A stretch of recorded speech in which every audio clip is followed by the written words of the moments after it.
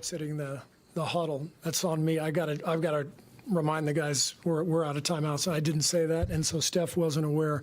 So that's on me for not making that clear.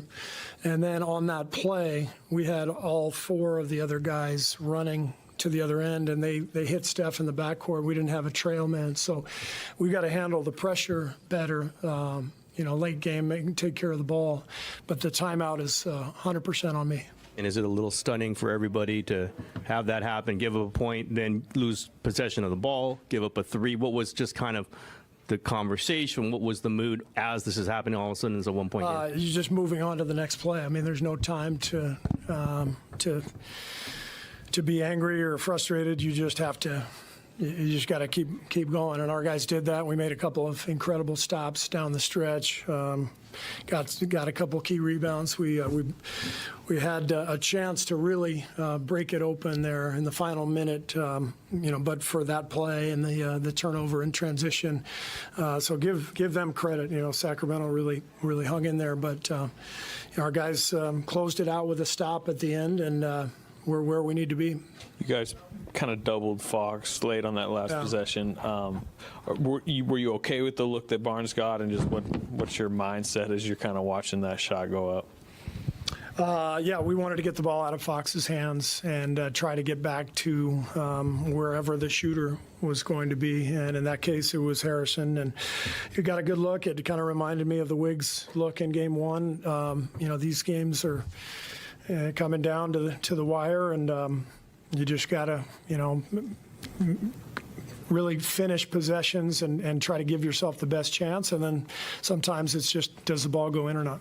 What did you think of Draymond's defense, especially down the stretch, and then also just kind of take us through some of the decision-making in bringing him off the bench instead of starting? His defense was great. He hadn't come off the bench in 10 years since before I was coaching. But he came to me immediately after Game 3. He drove back to the arena. I was in my office, and he walked in, and he said, "What do you think about me coming off the bench?" And I had been thinking about it already because of the way Sacramento was guarding us, and just getting another shooter on the floor. And so we always collaborate.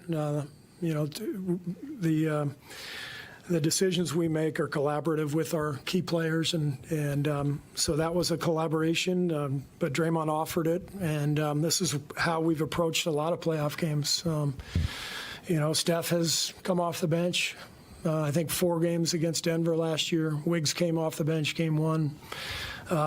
You do whatever you have to do, and I thought Draymond had a great second half, really got himself going.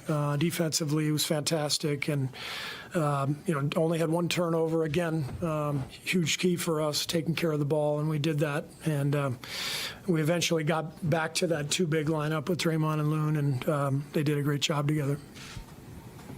Steve, I was just going to ask you about going back to the 2 big lineup in the second half. Why did you have to kind of go back to that just because of the way they were rebounding against you? And Fox had such a big first half, so we wanted to change the coverage and the look. You can't just keep doing the same thing if a guy is torching you like that. So we decided to put Draymond on him, just change the look, and he still had a great second half. He's a handful, but. Getting Draymond on him and then getting Draymond involved offensively, I think, got him going. He got himself going through his play, and he was great second half.